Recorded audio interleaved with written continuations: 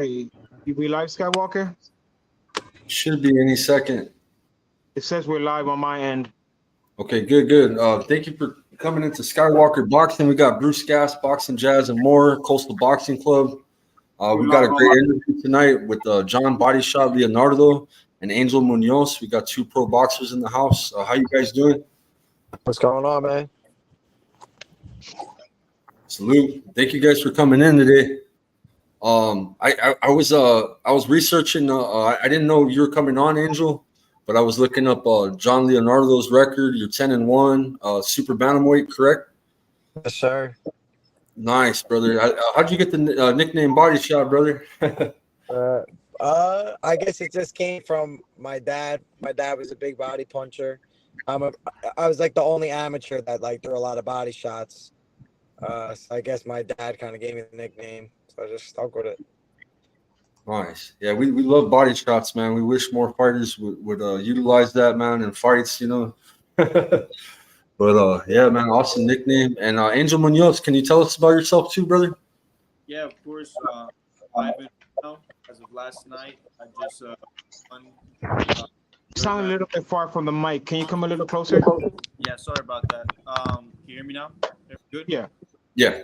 So I'm 5-0 now. As of last night, I just won my 5th fight in California, Lake Elsinore, in a big stage in the baseball stadium, Diamond Stadium. 3rd round TKO. This would be now. This month makes me my first year as a professional. I've been training boxing for 3 years. Nice, man. Nice.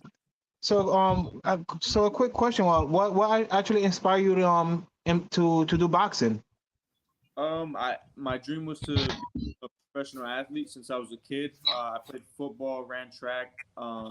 It was difficult to excel in football with my size and just all the competition. So I didn't get looked at very much for football for scholarships.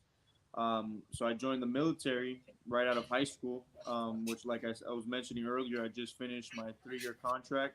When I got here to Fort Bragg, North Carolina, I started boxing, started training, and I started to excel very fast. Nice. 82nd All-American Airborne. I was in Fort Bragg too back in the day. John Leonardo, you said your father was a boxer, brother? Yeah. My dad's a retired professional. Okay. Is he the one who actually currently trains you? Yeah, my father's my head coach, and then my secondary coach is Dustin Fleischer. He was one of the top USA boxers in the country. He was a 6-0 pro at Rock Nation.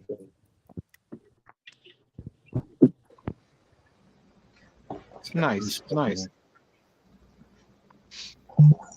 Welcome back. StreamYard's giving me all kind of shit tonight. I was on a show earlier, with the OGs over at Hardcore Boxing at Jay's, and I got bounced about 3 times. I just got bounced here, so if I disappear for a few seconds, forgive me. But man, it's a pleasure to meet all you guys, and we got more professional fighters on here than we have people to ask them questions. Yeah, bro. Yeah, we got 4. Yeah, I'm an OG. I'm 41, man. I don't fight anymore, but I need to get back into it. I need to stop slacking. Yeah, I want to introduce Vince to you guys. Vince on the bottom right here. He's a top 5 flyweight in the world right now. He's from the Philippines, from Manny Pacquiao's hometown. That's one of his mentors. He trains with Manny Pacquiao as well. Vince is a rising star in the Philippines. He likes to come hang out with us a lot. We actually sponsored his last fight, man. We were able to sponsor his fight. And he likes coming on here and meeting fellow boxers, you know what I'm saying? And he fights at 112 pounds, though, you know what I'm saying? I think he's the smallest guy on here right now. Hey, give a shout out to Just Frank that came in here, man. Andre Southgate, Teddy Burkshot's in here, man. Susanna, the proud single mom, is in here. Hardcore Boxing himself came in here, man. Great show we had over there earlier. And now we're going to do another great one. We're just talking about the past of boxing, and now we have the future of boxing. It's amazing, bro. That's just what we were talking about. What a great sport we have. Angel, Tell us a little bit about your career, my brother. You just had a fight last night, fresh off a victory, man. What I'm sorry, I'm not familiar with you, bro. Please, tell my audience a little bit about yourself, what weight class you're fighting in, and a little about your career, bro. Did I miss it when I was knocked off? Of course, no, Just a little. A little bit. He was in the military. He was in Fort Bragg, North Carolina. That's where he started training. He's been training. Hey, not you. I know all about you. We want to hear from Angel over here, bro. I know you're a killer, Tim. I think I'm getting lost again here, bro. The service. But yeah, Angel. But besides that, how you feel from your last fight from last night? How do you feel? Great. It was great. I fought a tough, unorthodox opponent. But I kept the pressure on the whole fight. The ref had to stop it because he just wasn't really responding. He wasn't throwing any punches. I was pretty much beating on him. After the first round, he was pretty much just trying to survive. I was very happy with the performance. It was a great performance. Had a lot of family and friends. Definitely a night to remember, and I think it's setting me up to fight. Just a level above where I'm at now, because I'll be fighting 6 rounds my next fight. That would be my last 4-round fight. It was last Nice. Salute, Toby. Welcome to the chat. When is your next fight, BodyShot? My next fight, I'm looking at 2024 right now. Trying to work out a deal, looking for a manager, a promoter right now to help me, push a little further. Talking to some local promoters, messaging different matchmakers, trying to get in contact with, some bigger guys, Top Rank, the Zone, whoever I could, whoever's willing to talk to me, Right. And you're in Jersey, right? Yeah, I'm in Jersey. But to see the tough thing about boxing, and it sucks, especially with Showtime and HBO gone, which Showtime and HBO were the guys that helped guys like me. I only had 65, 70 amateur fights. I didn't win any national tournaments. So, guys like me didn't get sucked into a Top Rank, didn't get sucked into the Zone right out of the gate. Like, I have to work my way myself, just me and my dad, to do this. Right. You got a whole community behind you, because I was looking you up, man, and you guys it'd be full house, man, when you fight out there. And do you go to Philly for work, or New York? Do you travel, man, to get good sparring and stuff like that? You're kind of in a good area for boxing. I know like Richard Comey's in New Jersey and stuff like that. You familiar with Richard Comey? Yeah. I know Richard Comey. I was actually in camp with Stephen Fulton for his fight with Inoue. I spar with Ray Savage Ford. Yeah, he's good. Yeah. I spar with some of the most elite guys around. Whoever's on the East Coast, that even amateur kids that got 200 plus fights ranked in the world. Like I get Keith Cologne from Newark. He's a really top level amateur kid. Trying to think, a lot of good pro work. But yeah, looking at next year. So I'm waiting for my co-host to come on, because he's got a gym. There he is right here. I'm just about to talk about him. But he's on the border of New Jersey and Pennsylvania. His father's a legend. You know Tim Witherspoon? Yes, sir. This is my co-host, Tim Witherspoon. How you guys doing? This is his son. This is Junior. Yeah, Junior. He's a pro too. Hey, Dad's a legend, man. Thank you. So we have fights at the gym today, man. And I have 4 guys fight, 4 guys win, man. I can't believe it. It took me a little while. I'm just getting back. We promoted a sold-out show. Man, Tim Witherspoon III got his first win, so that's good. I seen that, Yeah, I'm on a high right now, so. I told him to come on the show one day, your kid, man. Yeah, I'm going to get him on the show.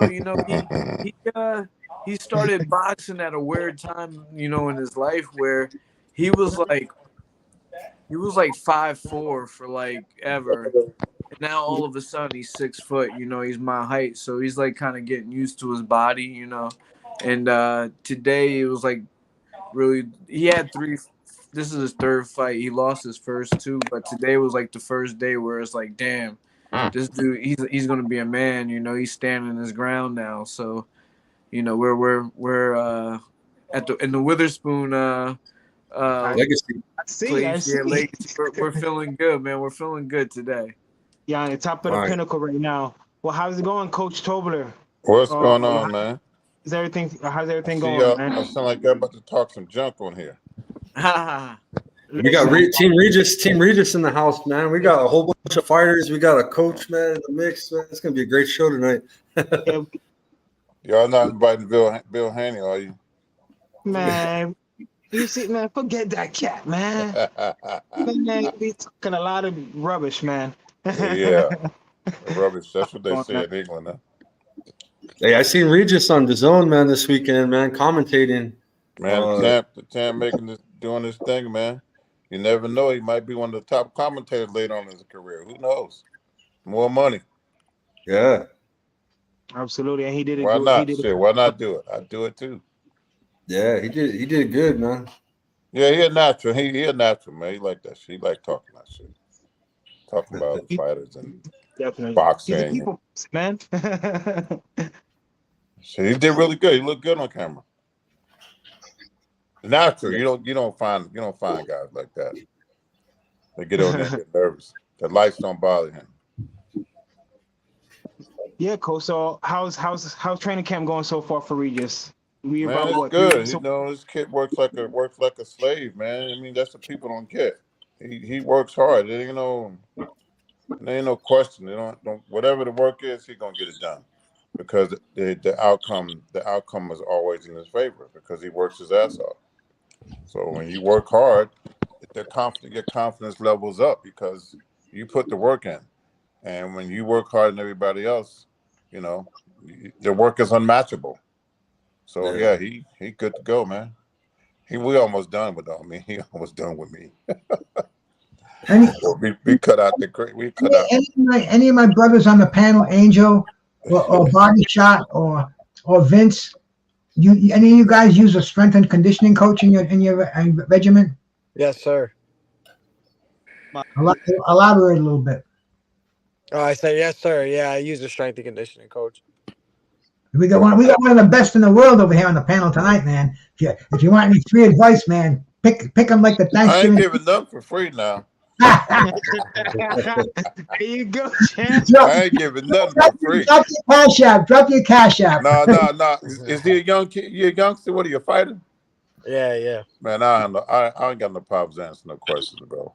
None at all. But you gotta trust in the work that the people you're working with that they're doing. When you trust in the work, it builds your confidence for when you get in that ring. You know you got the gas tank to do what you need to do, whatever y'all doing. Yeah, that's right. So trust your team, man. But it's always new stuff to learn. None of us are perfect. Absolutely. Where you from? I'm from Jersey. Well, really, what part of Jersey? I'm from Manalapan, New Jersey. It's like small part of Jersey. I'm in central New Jersey. Yeah, I'm in like. What are you close to? Freehold, New Jersey. Like Mayfield. That's farmland, huh? Say it again.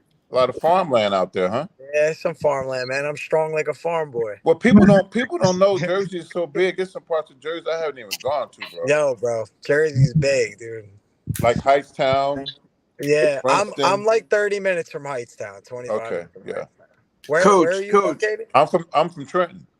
Oh, okay. So we ain't far off, man. Well, what would you consider Trenton? Because I get confused. People like I'm Central or South. Trenton, South Jersey. It's South. That's South Jersey. It's South, like going to Philly. Yeah.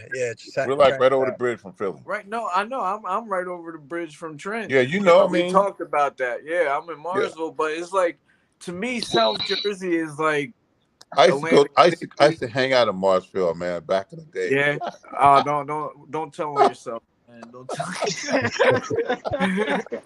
Oh, shit. Don't tell yourself. Had a good time in Marshville, man. You know. So So, good. Coach, how do you feel when it's getting close to fight week? You know, a lot of people think that the fighter has all the emotions and that it's all about, you know, taking care of them, and it is, but also the team and the crew around them got a lot of stress and emotions that go in the fight, you know, week and you know, upcoming to the fight. How are you handling that? Oh, bro, I don't know. I must be a crazy fucker. I'm just like the fucking psycho. I feel like I'm about to fight. Man, I can't explain what I feel. I think I'm like I'll be out of my body, bro. I don't know. It's like it's a difficult thing to explain because even when a fight's over, I feel so fucking drained. Like I'm so bro. Honestly, I don't know where I'll be at. My mind be gone sometime, man. Honestly, Yeah. I don't have Well, half the shit. I don't even remember.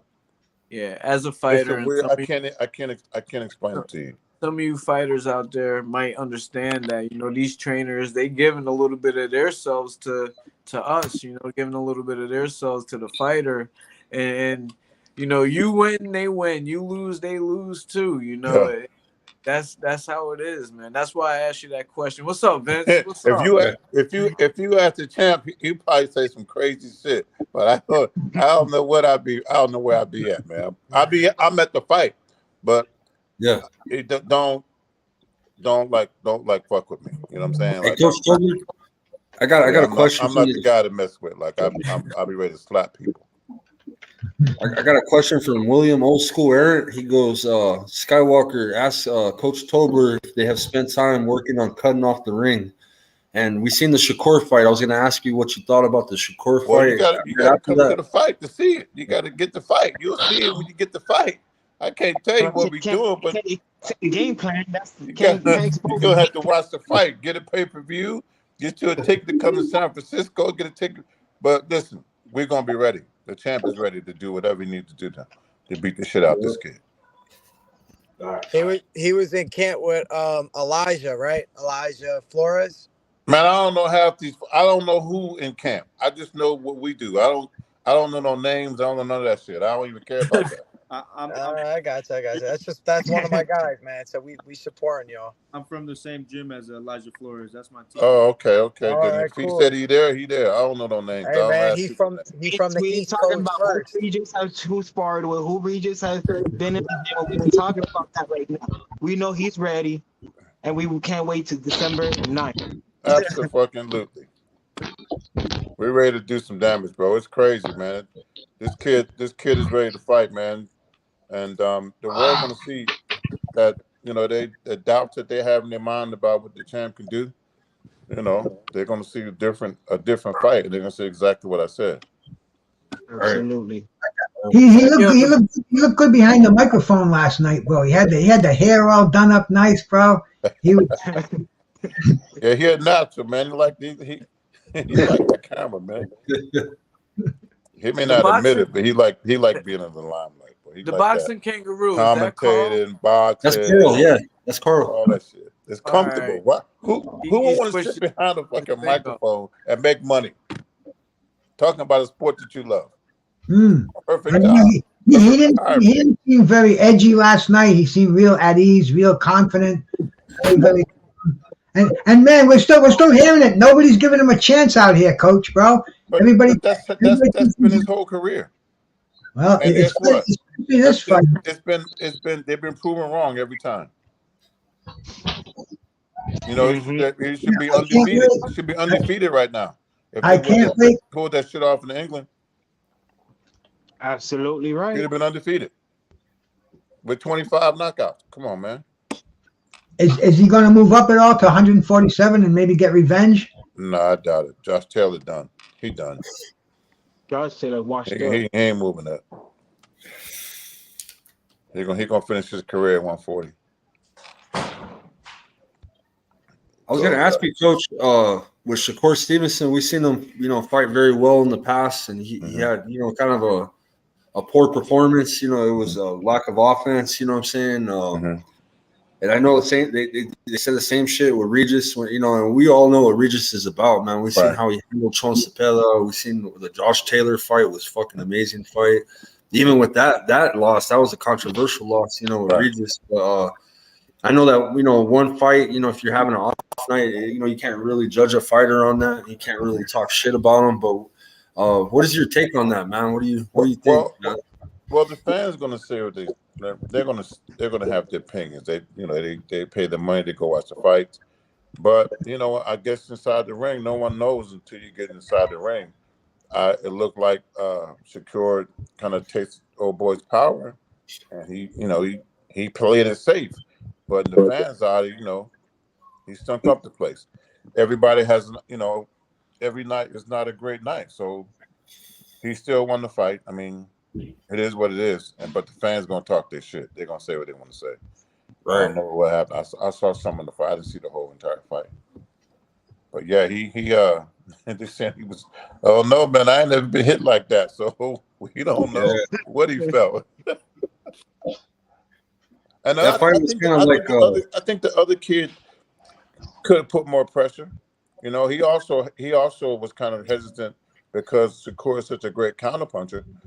And so, you know, but the people wanted Shakur to be so dominant, and I think the other guy's boxing skills or his IQ was a lot better than what Shakur expected. So he didn't take no chances. He had a safe fight, and that's exactly what he did. It was safe, but fans don't like safe shit. They want to see knockouts. That's why they're gonna tune in on December 9th. That's why Wilder's so successful, be knocking motherfuckers out. They want to see that in boxing, man. They don't want to know, you know, technical fights. So absolutely, I don't know. I thought the kid played it safe, and he came out with the victory, so he still got paid. Exactly. I mean, he did what he had to do. I mean, he boxed his ass off. Still, I mean, he still did what he got to do. He still got his hits in and not get hit at the same time. So I mean, he did his thing. He has to give the guy his props as well. Well, he's known to be a boxer, right? I mean, boxers. I don't think he's a heavy puncher. He can't do it twice. Bob Adams said that he injured his hand. Bob Adams said he injured his hand, and really? And there's this trainer Gil Clancy used to have this old saying in fights like this. He would say, "Win this one and look good in the next one." So get that title under your belt and move on and look better. So you know, he might have had that mentality. A lot of fighters, a lot of very successful fighters did. So you know, and we're putting them under the microscope, man. You know, Shakur Stevens, this guy's got the whole future mapped out for him. Right. We're trying to find a flaw in him, and he made it pretty easy on Thursday night, man. I really hope it was maybe a little injury or something, because he's definitely not gonna make the big time with that style. Yeah. Like you said, fans want a knockout. They want to pay money. They want to pay for a knockout. He's not known as not a knockout guy. He got 10 knockouts. Well, we saw him knock out Valdez, and we saw him knock out Jamel Herring. I mean, he kind of he looked dominant those performances. He looked more aggressive than he did this fight. That's why I'm not really counting him out yet. It might have been some up, you know, but because I've seen him more offensive than this shit. The other guy was aggressive too. So the other guy was aggressive, the other guy had power as well. So and sometimes the styles, man. You mix up styles is different. When Rigondeaux fought my boy Casamero, that's a super bantamweight like you, brother, John Leonardo, and that fight right there was a bad style matchup, bro. You know, Casamero likes to come forward. He's very aggressive. Rigondeaux, it was just a weird mix up. Yeah, I actually didn't see that fight. I like we could give him the benefit of the doubt because Jersey boy. I gotta like them boys from Jersey, man. Yeah, we boys from Jersey. Yeah. Some great fighters came out of Jersey, bro. For sure. Yeah, for sure, man. We're just writing a little synopsis today on one of my favorites, man, Dwight Mohammed Kwawi. Oh man, I didn't know he was from Jersey. I thought he was from Camden, right? The Camden Buzzsaw, baby. Yeah. He from Camden? Yeah. Oh, damn. He from the bottom. Had a 5-year residency in Rahway, along with James. Rahway. Yeah, man, and I mean, just a great fighter. When I think of New Jersey, he's one of my favorites that came out of the swamps. Bruce, Wow. a lot of people don't know that Andrew Galata spent a lot of his training years in Jersey City. Yeah, all them Polish people up there in Jersey. Yeah, he trained up there a lot with the Duvas. Oh, yeah. Yeah, my dad was a sparring partner for Buddy McGirt in Profanos Oh, nice. in Jersey City. Jersey City put out some Way bodies. back in the day. Imagine if the internet was around with Lou Duva. Lou Duva would have broke the internet, bro. He would have been a star. Lou Duva will punch you in your mouth if you say something wrong. Yo, he got a couple of clips out there. Even though he's not around, he got a couple of clips out there. Yeah. Talking trash. That old dude couldn't just say anything to Lou Duva. I met him in person, man. A real nice guy, man. He came up to the camp. My dad was training Kasim Uma, former IBF. I remember Kasim Uma. What happened to him?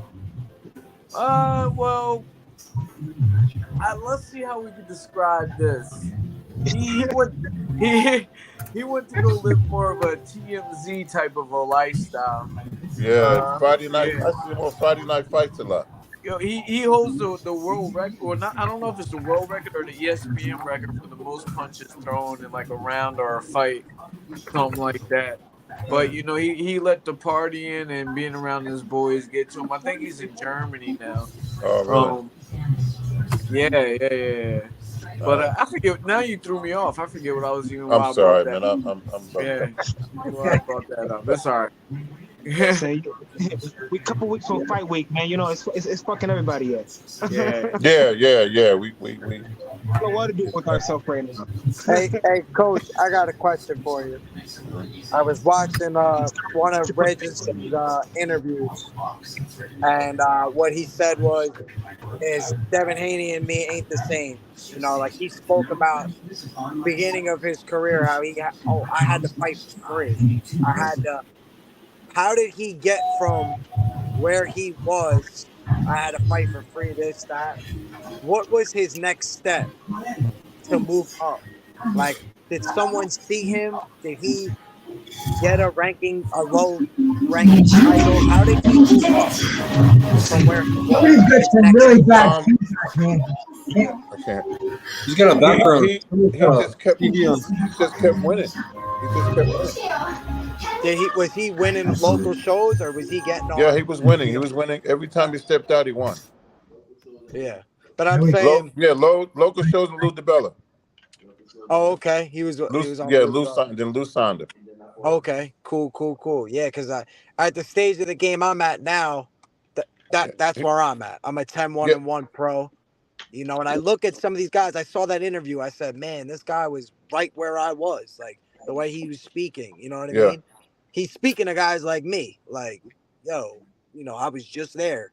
You know that. Now look at him. Well, he kept working, man, and they put him in there with guys that they thought were going to beat him, and he beat the shit out of them, and he just kept winning, and shit. The rest is that's what the boy was champ, so he's here.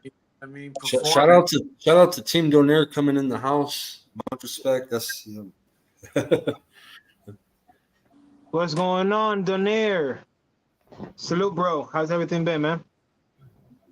That's a father-in-law right there coming out. Skywalker. Yes, sir.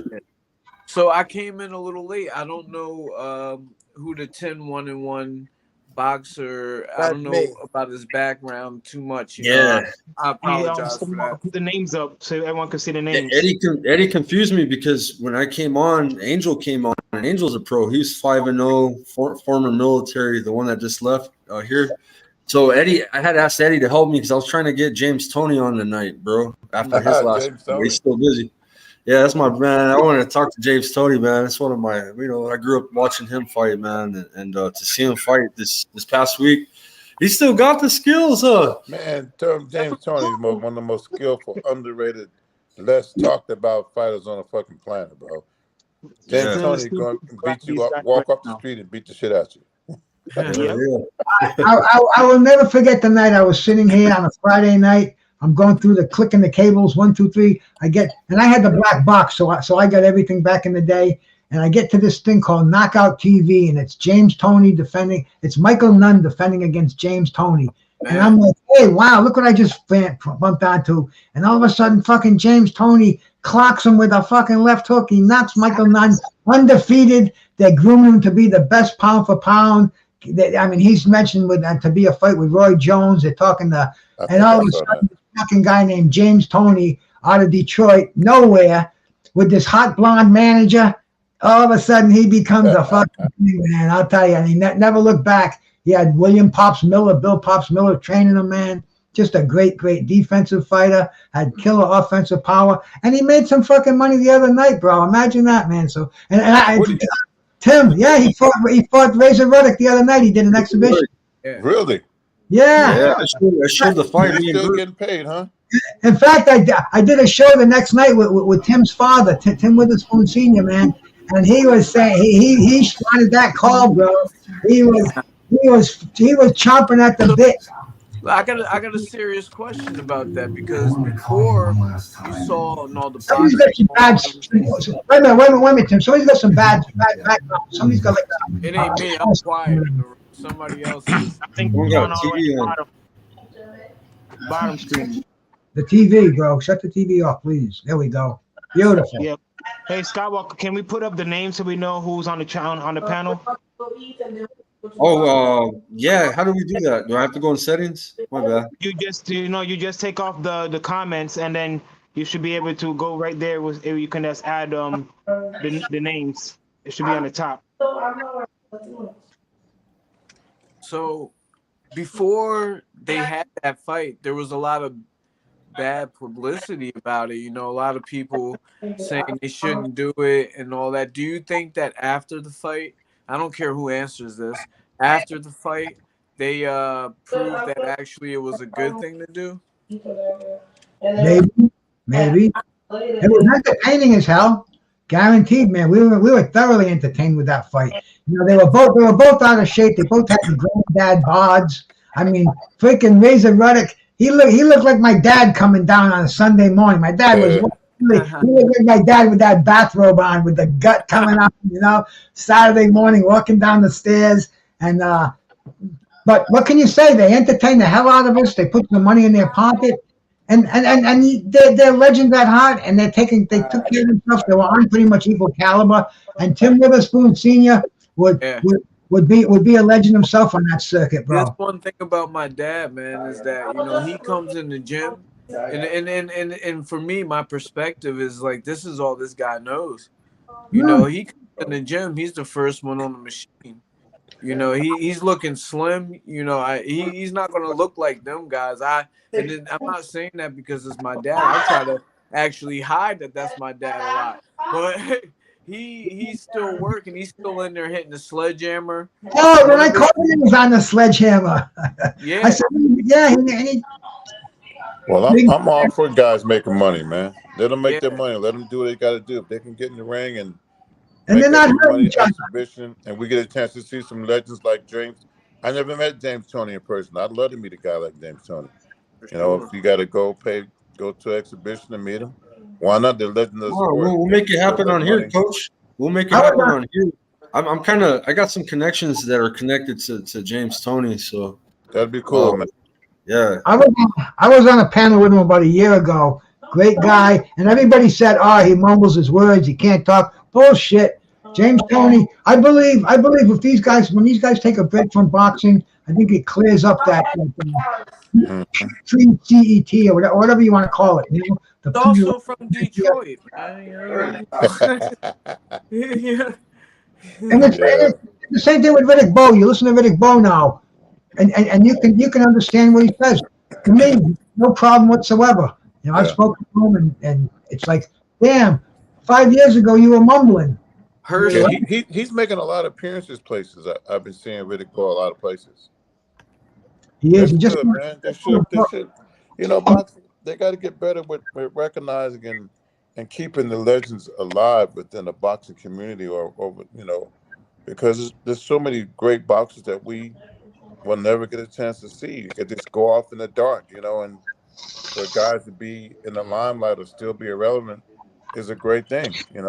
So I'd love to see all those guys: Riddick Bowe, Mike Tyson, James Toney, Sugar Ray Leonard, Marvin, all those guys, man. They were all in Saudi. Marvin gone, but they were all in Saudi less than a month ago. Yeah, that's crazy. All there, man. You ever talk to my dad about that, Bruce?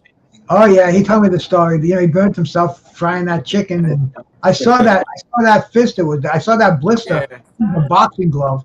But yeah, man, he told everybody. He did an interview. He said they were going to give him $15,000, all expense paid, and then he heard that they all got like another $20,000 bonus, and that's like you had levels there. You had the Sugar Ray Leonard, the guys that got the big bucks, the Larry Holmes. And they probably got 100,000. So who knows? I'm not a big Larry Holmes fan at all. A lot of people aren't, but you got to give him his due, bro. I give him his due, but I ain't a big Larry Holmes fan. A lot of people didn't like Larry, bro. I don't like him because he took that fight with Ali. Yeah, he had to follow Ali, and hey, Mike Tyson kind of kicked his ass. Had to beat him that bad. That came full circle. Beat his ass. That came full circle, and it's unfortunate that Muhammad Ali had to take that fight. To be honest with you, yeah, it is. That people he was sick, fights before that. Yeah, but I think that fight took him over the top. I mean, from personal knowledge, I know that he was not supposed to fight fights before that. Oh, really?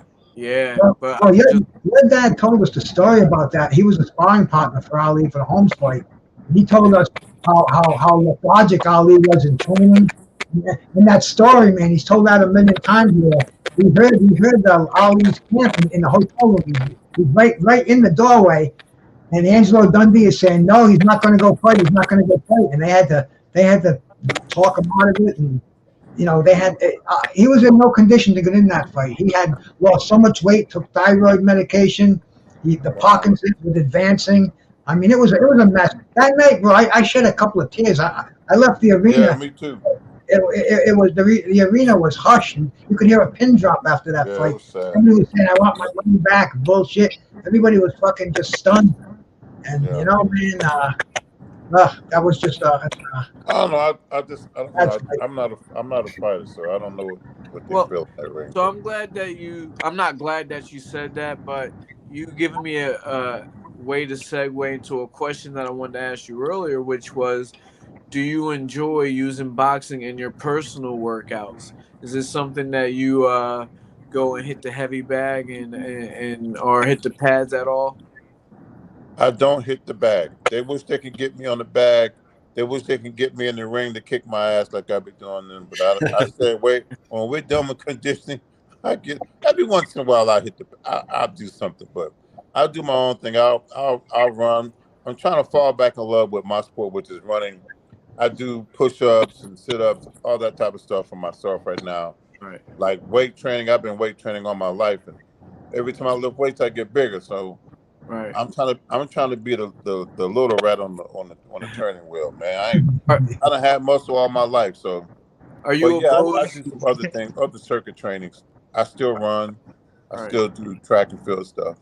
Are you opposed into adding it into like workouts for some of your clients? Oh, I do. Right. I do add it in. Oh yeah. Okay. For sure. Cool. I do the pads with them. You'll never see me doing pads with a professional fighter. When you come back to Trenton, hit me up. We're gonna do a video, me holding the pads for you.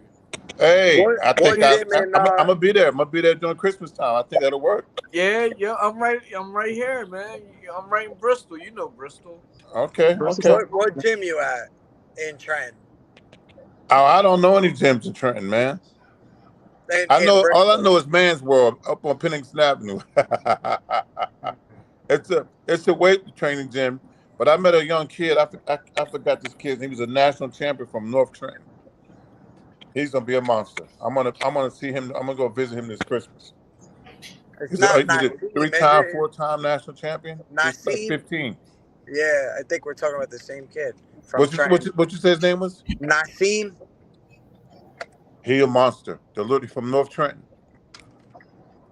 Yeah, he's like He's 14 or 15. He's like a 4 or 5-time national champion from yes, Trenton. yeah. He's a young kid. I'm gonna go down there and put my stamp on that first Trenton champion right there. Yeah, I had my first amateur fight in Trenton, New Jersey. Wow. It was on Goss and Goss show. Goss and Goss. Goss and Goss. It was at the Boys and Girls Club across the street from McDonald's. Oh yeah, we used to go to the Boys and Girls Club. Yeah, that was my first fight right in there in the But gym. we would go in there. You had to fight your way out because we got to go back to East Trenton. You couldn't fucking come out of there if you stepped in somebody's shoe. You did, man. Look, it was a problem. Yeah, it was problem, a real bro. fight right there. Yeah. You could look. We used to go to South Trenton to the CYO.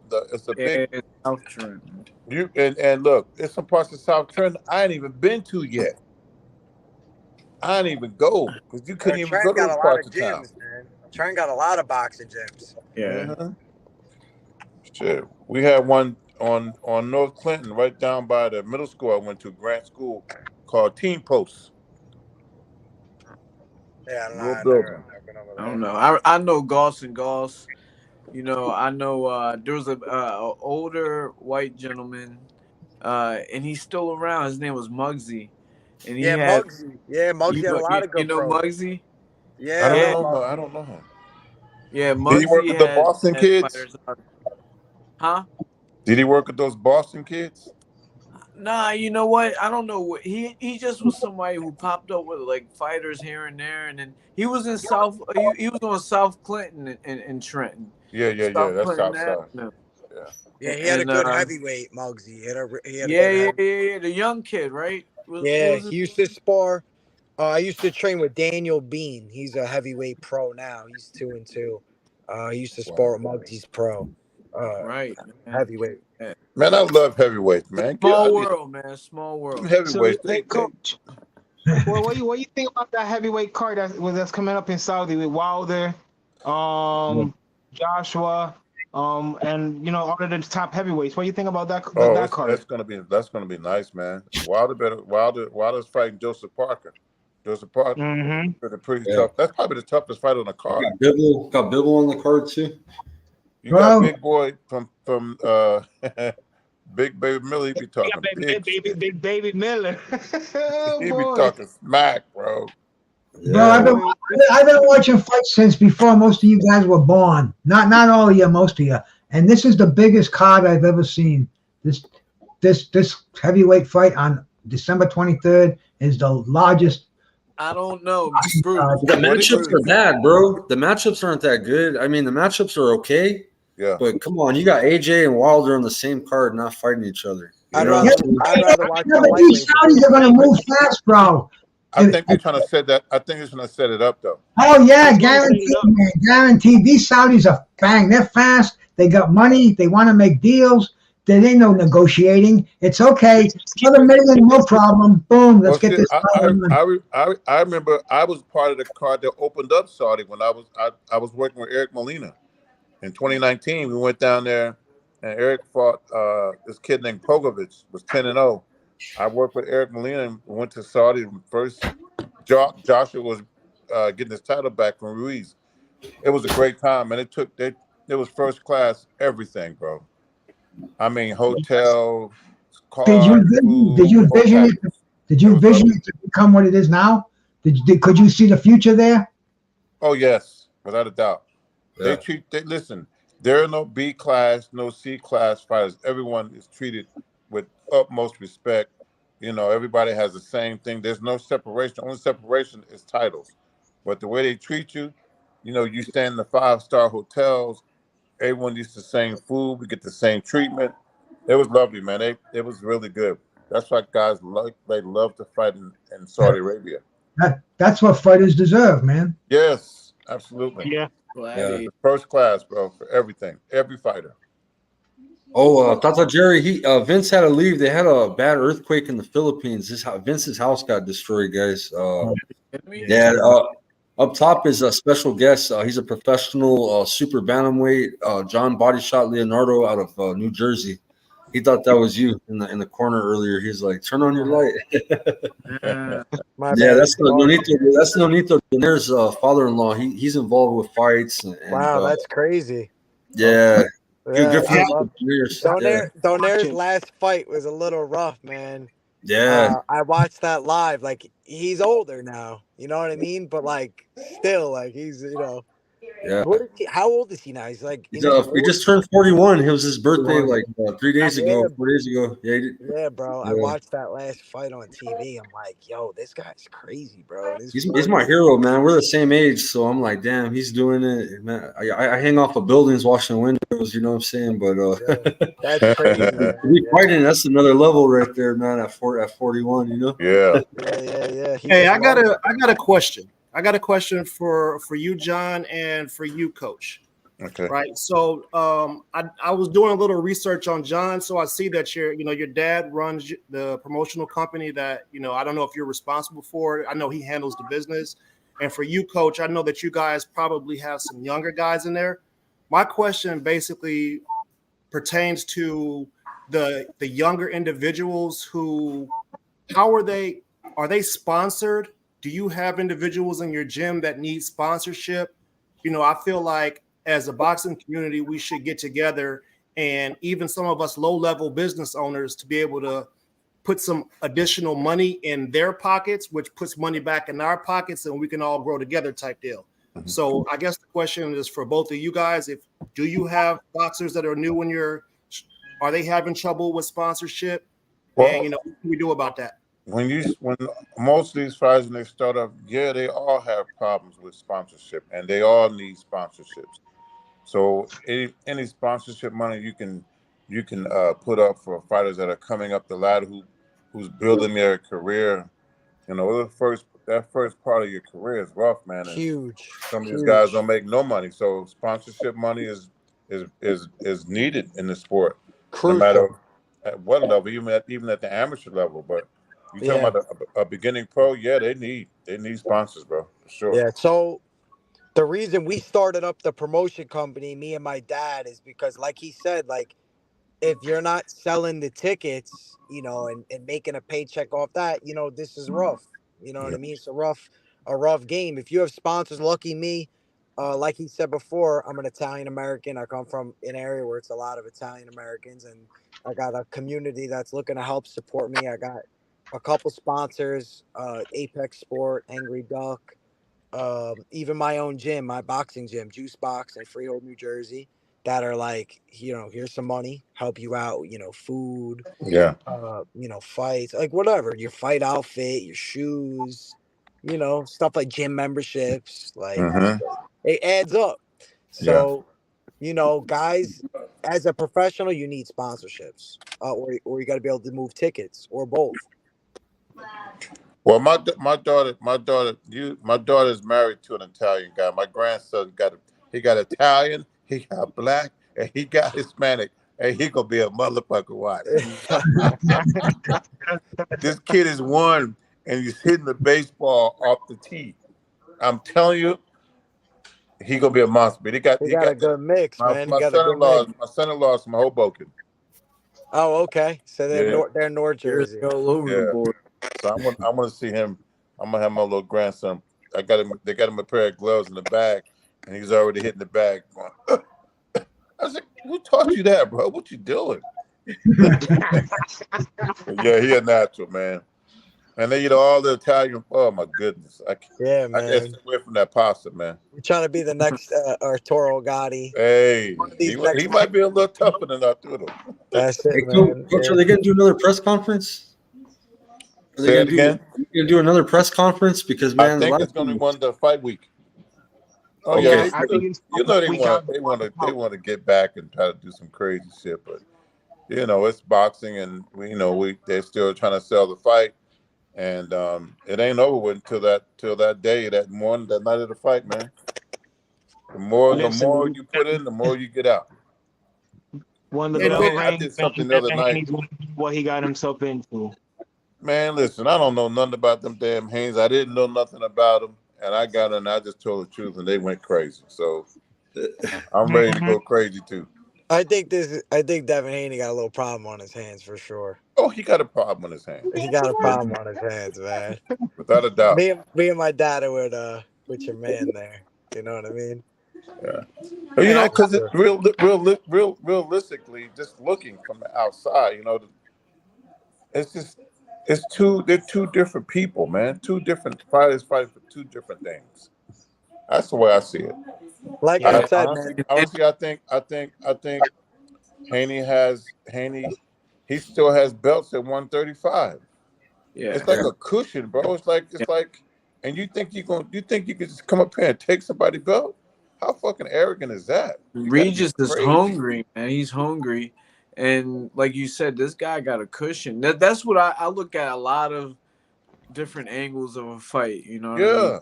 And he has something to fall back on. So I seen Devin Haney in the stores just buying clothes after whatever he wanted, and I'm like, man, this guy's got to be motivated every fight to be able to when you have a hungry up and coming fighter and you got to put that factor into it. Yeah, I remind him. I remind him every time I see him. I said, this gonna be a fight, son. People fight for their life. Right. You're not supposed to come up here and do what you think you're gonna do. They call that greed in the Bible. I told you, man, that interview got me. When he said I had to fight for free. Devin Haney ain't like me. That got me. It's true. I felt that. He's a family guy, man. He's fighting for his family. You know what I'm saying? Yeah, man. I felt that. I think so, a lot of fighters coming up. It's like coming up, and when I was coming up and training, my coach used to tell me, my track coach used to tell me, he's like, man, when your talent catch up with your want, you're gonna be state champ. I was like, man, what the fuck you talking about? I was like, I want that shit now. He's like, you want it, but your talent we got to work on that shit, man. I every morning I get my ass up and run. I run from my house down to the train station and back. I do that shit every morning, 5 o'clock, 4:30 in the morning, before I deliver my newspapers. And my coach is right, man. When I became a senior, nobody in the country beat me in the long jump. And he said, now you're going to win. And when you get these kids that got this want, that want will take over, bro. That want will put you on the top. You got to know that every time you step out to the train, that you're going for something. And I tell people all the time, even at this level, Regis Prograis, he had missed a day of training, bro. Not one day. I see that. He's dedicated and he's in the gym every single day. And even when we don't have a fight, he called me, coach, let's get together. We'll maybe 2 days we'll get together and do something. We always doing something, bro. And even when he's on vacation, he's doing something. He don't sit around. He's an adrenaline junkie. He like that old adrenaline crazy shit, jumping off of cliffs and shit like that. I don't do nothing like that, but he get high off of that shit, catching alligators. Does Regis study the skills of Devin Haney? Does he have a plan to break some? Because Devin Haney, I mean, you can't take anything away from the man. I think they got a perfect game plan. I mean, I'm in my lane. I've been watching Jojo Diaz. I've been watching Lomachenko, and I have to put my fighter in the position of a Jojo Diaz. If Jojo Diaz was Regis Prograis, Devin Haney would have got smashed that night. You know, so I don't do no. They got their own game plan. I think the game plan is going to work, and we're gonna see Regis Prograis retain this title. And Devin Haney gonna go back down to 135. Hey, he can't beat nobody at 140. Sorry. We ain't gonna talk about that other monster from Puerto Rico. On my mind, I'm thinking about the Lomachenko fight. Now, we saw, people. Me, I thought Devin Haney did just enough to pull it out, but Lomachenko came up for that fight, man. And it's like that performance. People talked about a little bit, like, whoa, hold up. He's touchable, For sure, he touchable. Hold on, let me hold on 1 second. Let me turn it. I mean, I'm gonna answer your question real quick, Tim. Yet we've seen him getting touched up by a lot of fighters, and those fighters ain't really on that skill level as well. So I'm just saying, imagine if he gets touched up by somebody. Thank you, absolutely. Like, that's just wonder that lingers in my mind. Like, I just wonder, like, if he can handle that pressure, and once he does get into that situation, how does he handle it? Yeah, it's a like, question. what is he gonna do? Is he gonna grab? I mean, I know Coach said, they've been working with him, working with Regis about the holding and all that stuff. But I bet you, I might be wrong, and I'm glad that I don't get to come on and talk to you guys until Sunday, and you guys are already done talking about the fights by the time we talk. But I'm feeling like we're gonna see a Shakur Stevens style fight. Hey, out of Devin. That's the question I want. That's the question I got lined up to ask. Yeah, bro. And that's the thing too. Is Zaria? Yeah. So the ring sizes. The ring sizes go from size 16 by 16 to 24 by 24, right? So I want to know what ring size him and Devin are fighting in, and should there be a standardized ring size for weight classes, meaning like featherweights who be like 5'2", 5'5"? Should they be fighting in the 16 by 16s? And you know what I'm saying? Should it be based off of weight size? As a former fighter, I say no because I didn't have the fucking choice. Yeah, I had to fight in whatever. Most of the times, whatever the promoter brought. I never really had a. And it's usually the A side who gets to choose that. I mean, if there's enough money in the show, yeah. But you got fighters fighting all over the country, all over the world that are showing up to these fights without any say. Could you imagine Shakur and old boy fighting in the same size ring that O'Shaquie Foster fought in? Bro, you ain't nowhere to run, bro. Listen to this. Get up out of there like that. Culture's different right now. The A side gets to choose. That's how it is. Or they negotiate it, and then in this situation, Regis would say, "Nah, I'm not. This is going to collapse because I'm not agreeing to that." So if Foster, would you agree that Foster was the A side when he went down to Mexico to fight old boy? I mean, I have no idea. He was the champion. He was a champ, though. He was a champ, but he's going into almost like neutral territory in a way. I'm only saying this because I know how boxing is from a different perspective. I've been, and this is some shady stuff, and I'm going to keep it real with you. Bruce, remember this, okay? I've been brought to another country, staying in the promoter's house who was promoting the fight, good friends with him. I go to the venue to fight. I'm in the visitors' locker room. I'm over there with the people that are supposed to lose. I'm staying in this guy's house. So I don't know the situation. You got to go situation by situation. Mind you, I still won that fight, but it made me change my whole mindset about this whole boxing thing. It's not A side, B side. It's money, and who's going to give you that money? So right. I don't know what's going to happen with Regis and Haney, but for the most part, we know that they are not giving Regis the same respect as they're giving him. So, which is really fucked up because Regis is the champ at 140. He's the champ at 140. They're fighting in the Bay and everything, bro. They're fighting in Devin's home turf. It's real fucked up. So, all that stuff brings me to this next point that I want to make, which is about, I feel like any sport that allows wagering, especially competitive sports, if you look at NFL, if you look at fantasy football, right, you got injury reports on the players. And if they don't give an injury report up, they get the team gets cooked. I feel like, man, if somebody got a hand injury, I know it's a disadvantageous for the fighter, to somebody else to know that they have an injury. But damn, man, like I don't want to go pay $2,500 to fly to Vegas and all this stuff, and then my man's getting in the ring, knowing before he even got there that he had a broke hand and he's never going to throw it. Why would I waste my money to go? You get what I'm saying? Like, I think we got to find some kind of way to fix some of this stuff, man.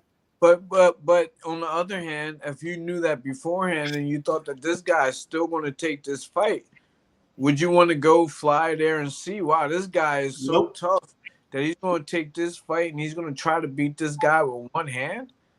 I think I might want to see that. Exactly, yeah. You know, so would you spend $79? Okay, let's say would you spend $79.99? Well, we in a different era. People streaming right now. You know what I mean?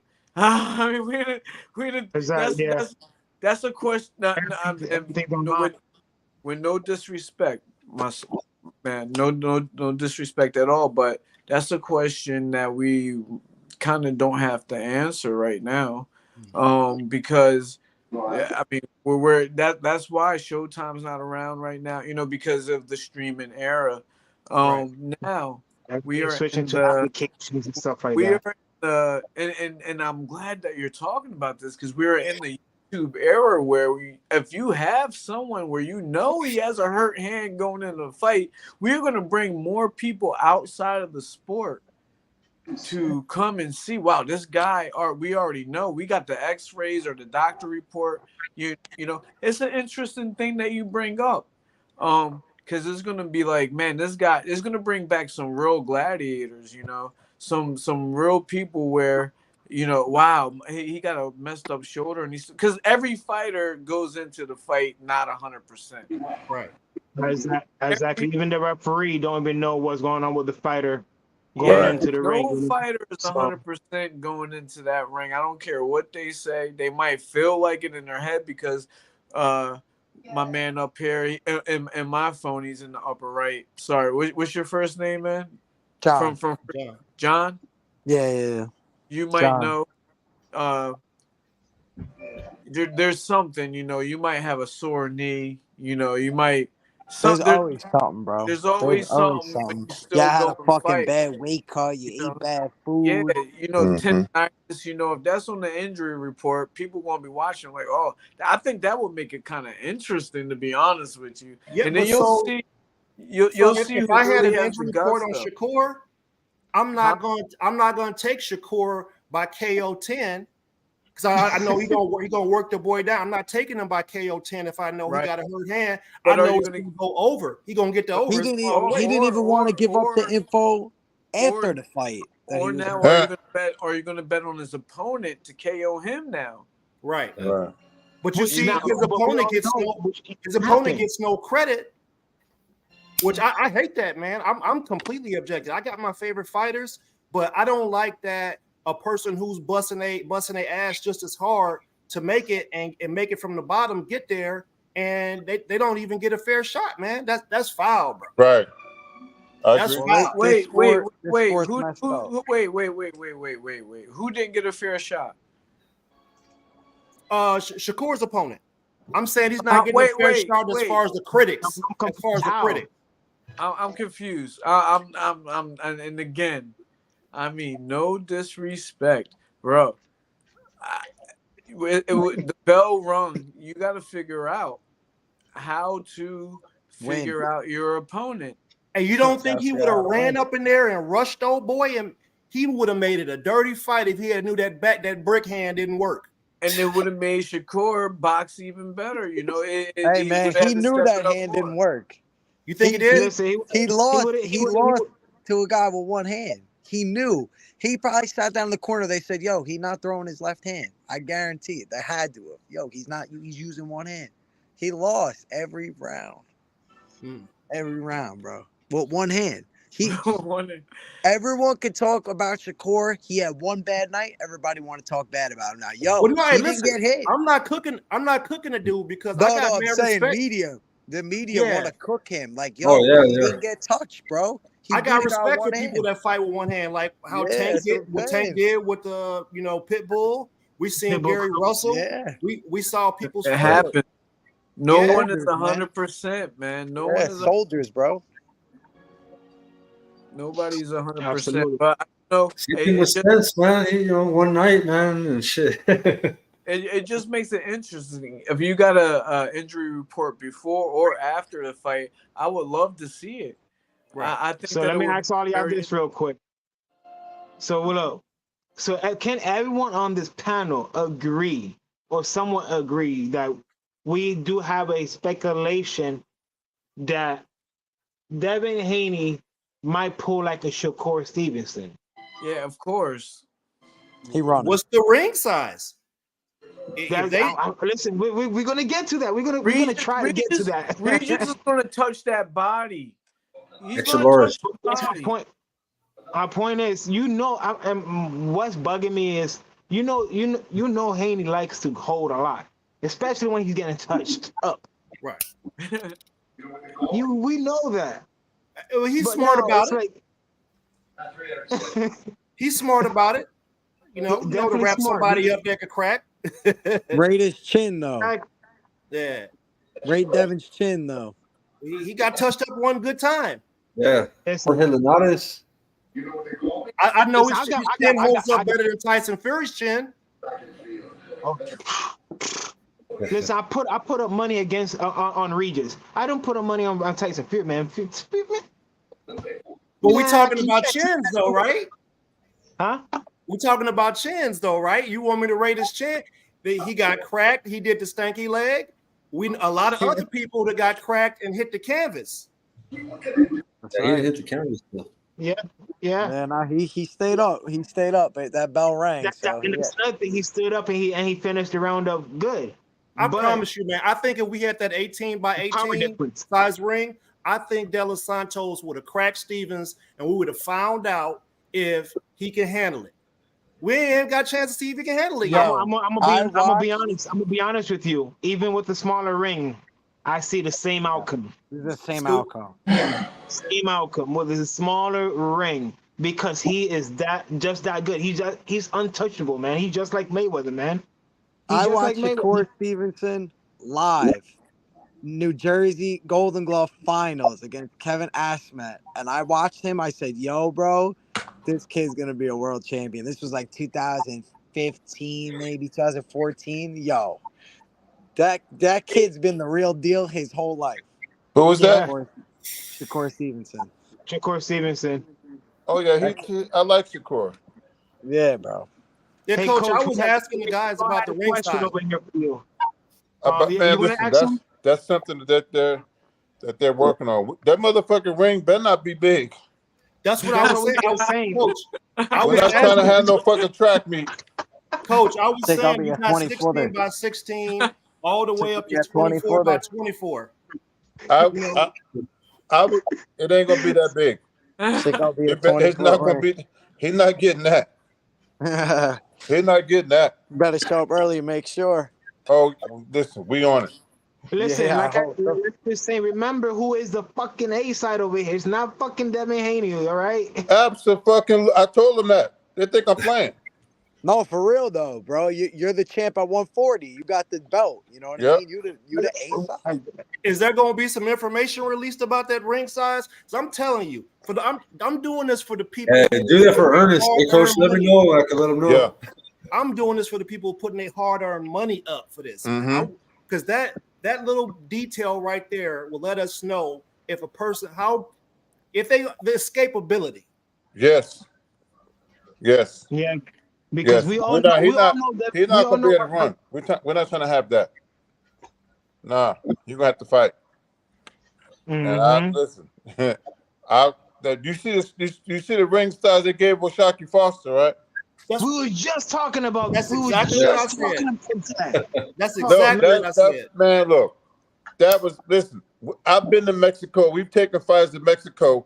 That motherfucking ring got quicksand in it. They're small, so you can't move. So the Mexicans can bang your ass up. That's how they fight in Mexico. Yo, my gym got a 12-foot ring in it, yo. Hey, see? We fight toe to toe. My main spar partner just got knocked out by Tevin Farmer. But I'll tell you this.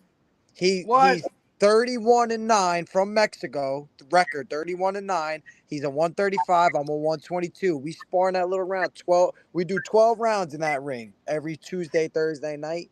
Yo, man, you get in shape like that, bro. Oh yeah. You could box a guy in a Bro. 12-foot ring. You could box him in a 20-foot ring. John. Mhm.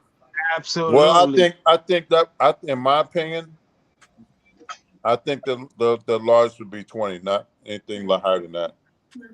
I think that's. Well, you know, I hate that ring.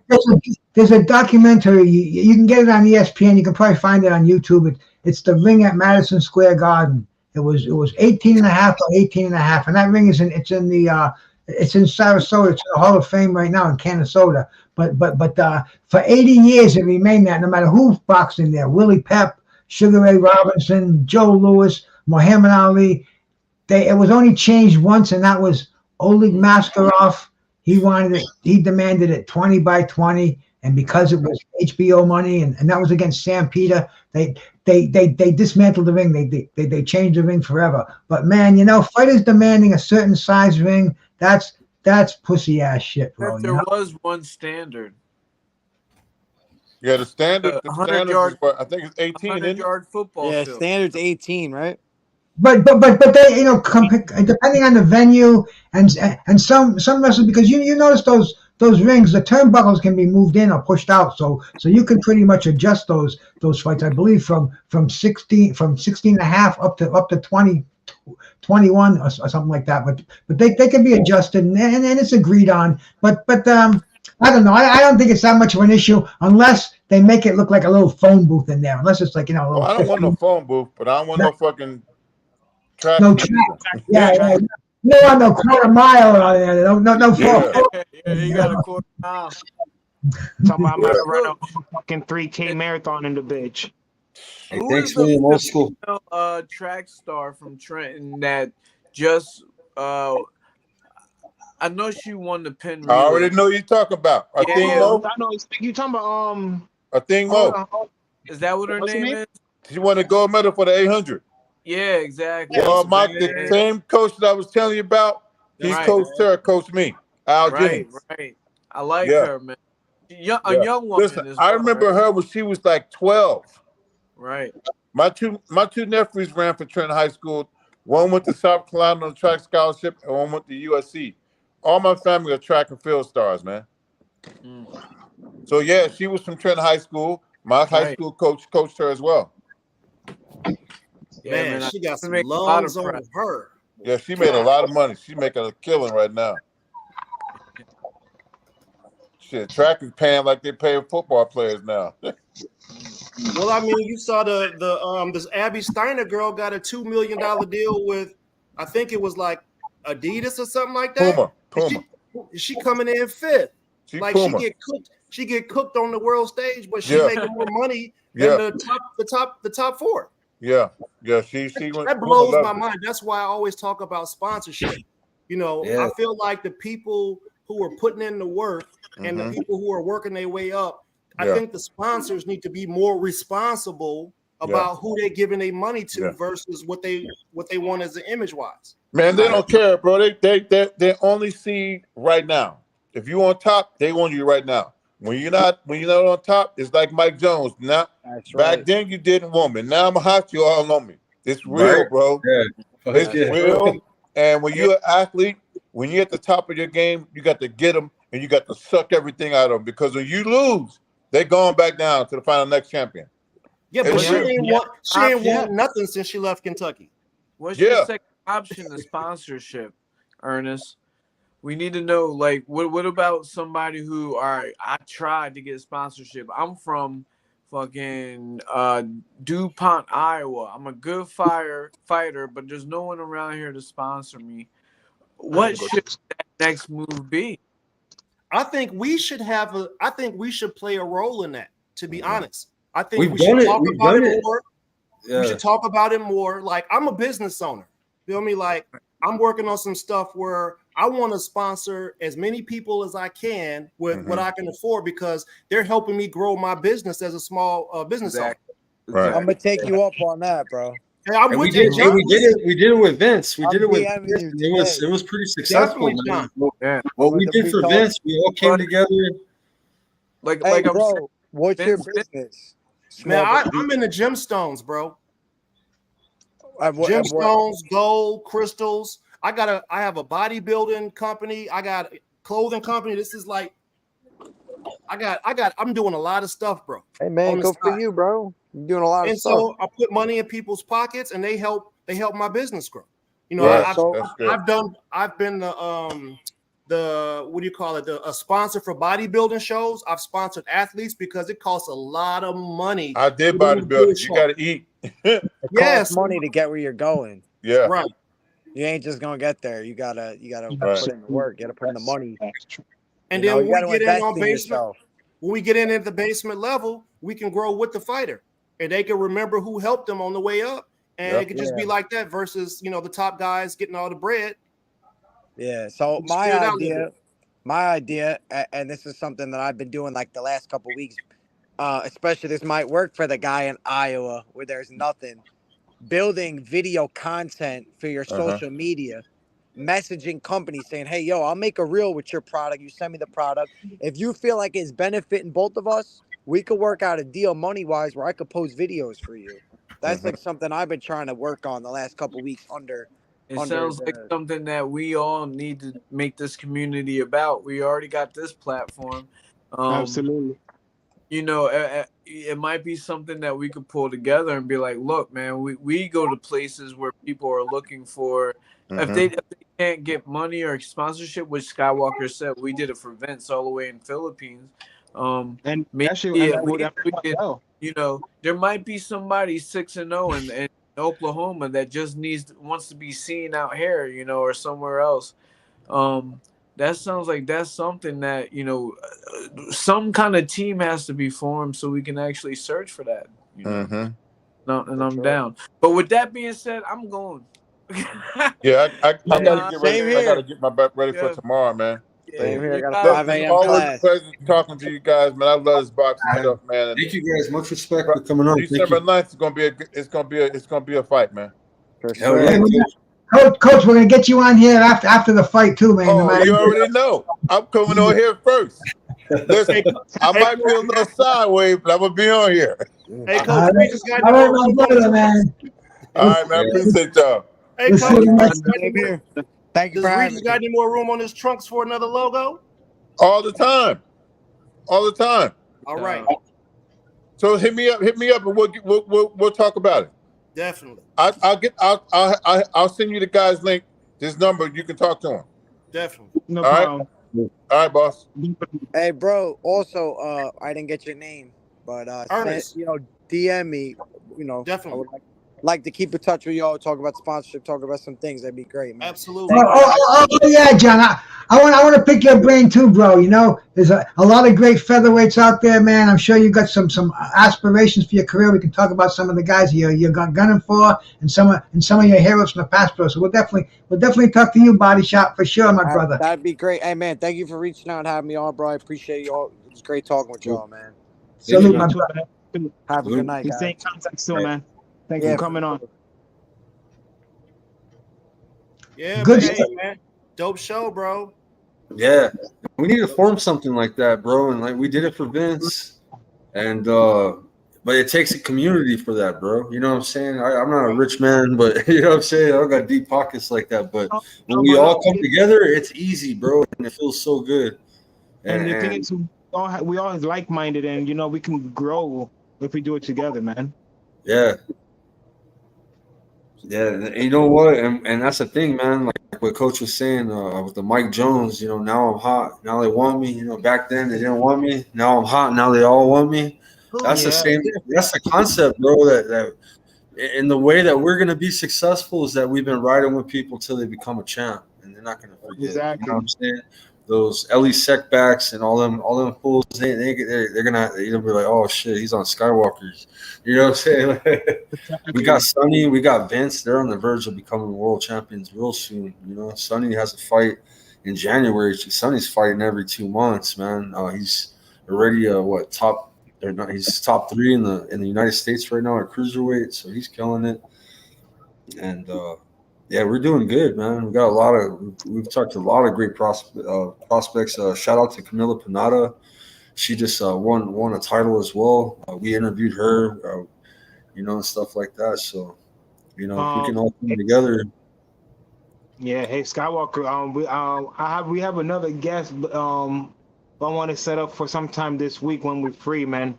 Yeah, just let me know in the evening, bro. I should be all right. I'd be tired after work, but if it's in the evening or nighttime, I'm cool, bro. Yeah, Eddie, definitely. are you on Discord? I was on Discord. I don't know if I'm still on Discord. To be honest, man, I think we should create the group on Discord, and that way we can all know when the interviews are happening, whether it be on other platforms or whatever. All you gotta do is you post a link in there, and we just go on the Discord and snatch the link up out of there and do what we gotta do with it, and we could communicate on. It's like a back line of communication where we can do all these things and put the ideas in there and kind of, kind of gel it together. Because I mean, I'm serious about this business side of it, man. Because I want in, but I want it to be fair and equitable for all of us. I mean, what's crazy was like 10,000. He lost 10,000 subscriptions. Bruce and Eddie, both of you guys have been doing great things to push his agenda back again to try to grow his audience and stuff. That's all good stuff, fellas. You know what I'm saying? That's good energy. Yeah. The thing I was saying, check him out, brother. He's real good. Yeah, definitely. He's a monster. With Skywalker, Bruce, like my community is small, and I try to stay with them because we all like-minded people. We share the same things, and we trying to grow and do great things with our channel, man. And that's why I've been trying to reach out and get these interviews and stuff like that, because we got some good ideas, and people like how we talk. We're not biased or anything like that. We're very open with the fighters. We're really different compared to other channels. Right. We know fanboys over here, bro. We love boxing. We put principles over passion, and we lay the cards on the table, and that's what boxing's all about. I cut the channels I sub to. I cut it way down, man. Too much bullshit going on out there, man. Yeah. I stick to the people that talk boxing, that know boxing, that speak it from their heart, and nobody roasting nobody, no arguments, you know what I'm saying? No emotions, just all boxing, man. So we get off subject, but we try to stay with boxing to the most. We might veer off to weed or off to we know our shit over here. And hey, shout out to 86 Boxing out there. Josh, I was watching your show. We did the Connecticut Hall of Fame last night. I couldn't hear nothing, bro. You were interviewing these people. I didn't even know who they were, and I was bumming. I hope you straighten that out, man. Because that was cool, bro. He was at the Connecticut Boxing Hall of Fame, talking to all these inductees and these members, and I didn't know who they were, bro. He couldn't hear nothing. So damn. Yeah, listen to him. He went live on Instagram. I checked him out on Instagram. He was live in the Hall of Fame. Could you hear it? Yeah, you can hear it good on Instagram. Yeah. That's why you push it Instagram. YouTube, nothing, man. I was bumming. I reach out back to Joseph Parker because I talked to him the other day. We scheduled something for last week, but I wasn't able to do it because my co-host and everything like that. So I'm gonna see if I can try to do something for this week again. Yeah, we gotta get some of those fighters from the December 23rd card on here, bro. Try to, you know what I mean? Yeah, definitely. Chai Ming, he's usually here, isn't he? Yeah, he usually in, but he be busy sometimes, so that's why I be hitting up Skywalker and you, so we can still coordinate something well. There we go. And I don't want to miss an interview because I don't have my co-host or something like that. Bruce, hey Skywalker, hey, all right, cool. Let's do something. I'm only a phone call away, and right now this is pretty much what I do, bro. I'm retired. I take care of my family. I take care of shit that has to be taken care of, but I'm not punching no clock anymore. There's good roasting, A1, good roasting. We're talking about that negative. 40 extra hours a week I can donate to YouTube, and man, I'm glad to do it. You know. Exactly. 'Cause, you know, it's crazy. Like 3 days ago, I literally I start for my YouTube channel.